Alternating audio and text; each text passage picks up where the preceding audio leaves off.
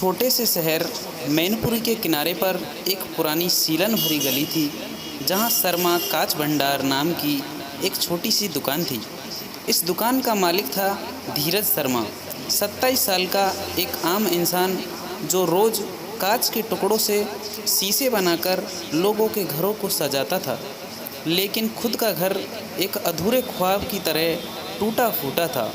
धीरज के पास कोई बड़ी डिग्री नहीं थी, लेकिन सपने थे अपनी बेटी आरती को ऊंचा पढ़ाने के, कुछ ऐसा करने के जो उसने कभी खुद नहीं किया। आरती 12वीं की छात्रा थी, तेज़ दिमाग वाली लेकिन शांत स्वभाव की।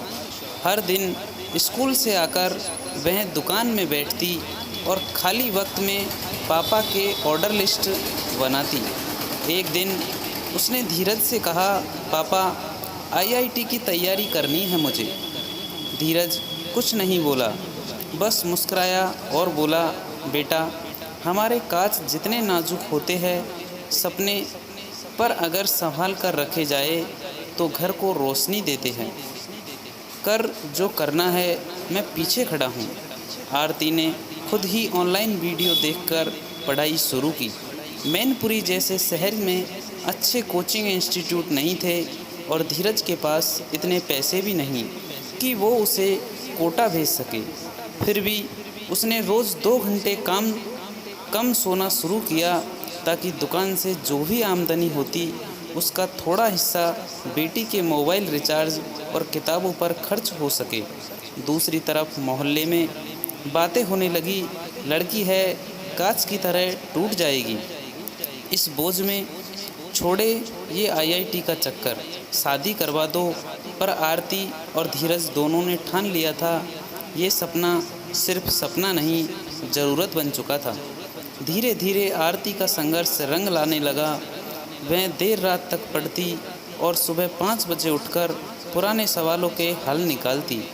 मोबाइल की छोटी स्क्रीन पर पढ़ते पढ़ते उसकी आंखें दर्द करने लगी, लेकिन हिम्मत नहीं टूटी।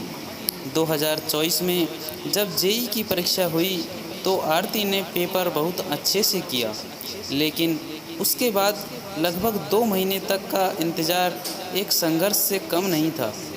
धीरज हर दिन दुकान के कोने में रखे पुराने टेलीविज़न को बार बार साफ करता, मानो परिणाम वही आने वाला हो। रिजल्ट वाले दिन जैसे ही आरती ने स्क्रीन पर देखा AIR 97 ऑल इंडिया रैंक, उसके हाथ कांपने लगे। उसने चुपचाप पापा को बुलाया और फ़ोन उन्हें पकड़ा दिया। धीरज ने स्क्रीन देखी और पहले तो समझ नहीं पाया, लेकिन जब आरती ने कहा, पापा मैं IIT में चयनित हो गई हूँ, धीरज की आंखें भर आई।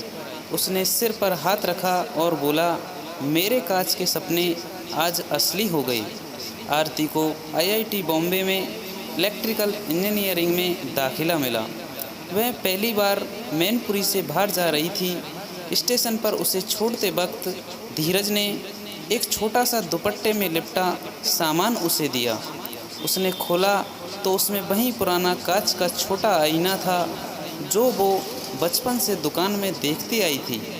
इसमें खुद को हर दिन देखना, धीरज बोला, ताकि तुझे याद रहे तू कहाँ से निकली है और कहाँ तक पहुँची है। IIT की दुनिया बिल्कुल अलग थी, नए लोग, नए दोस्त और नई चुनौतियाँ। कभी कभी आरती को लगता था कि क्या वो इस दुनिया के लायक है, लेकिन जब भी हिम्मत डगमगाती वो आईना निकालती और उसमें खुद को देखती, वही लड़की जो टूटी छत के नीचे पड़ती थी। धीरे धीरे उसने खुद को साबित किया, क्लास में टॉप करने लगी, प्रोजेक्ट में अव्वल आई और चौथे साल तक उसका सिलेक्शन अमेरिका की एक बड़ी कंपनी में 1 करोड़ के पैकेज पर हो गया। जब वह नौकरी के लिए मुंबई एयरपोर्ट से अमेरिका के लिए निकल रही थी तो उससे मिलने एक खास शख्स आया, धीरज शर्मा।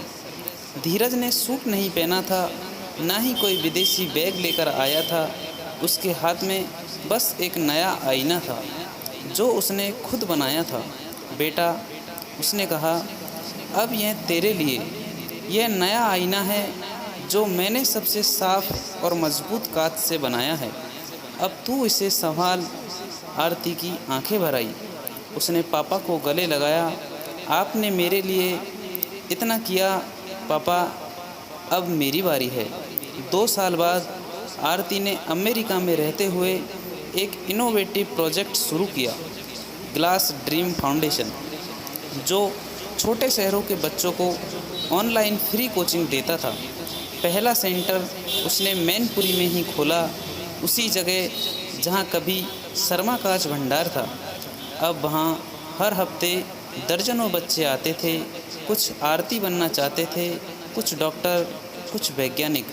और दीवार पर टंगा था एक बड़ा आईना जिसके नीचे लिखा था, कांच के सपने मत छोड़ो, उन्हें तराशो, यही रोशनी देंगे किसी और के जीवन को। Thank you for watching this video. दोस्तों, आपको यह कहानी अच्छी लगी हो तो प्लीज़ वीडियो को लाइक करें और पेज को सब्सक्राइब करें और फॉलो करें। मिलते हैं ऐसी धमाकेदार वीडियो के साथ में। तब तक के लिए बाय बाय, राम राम।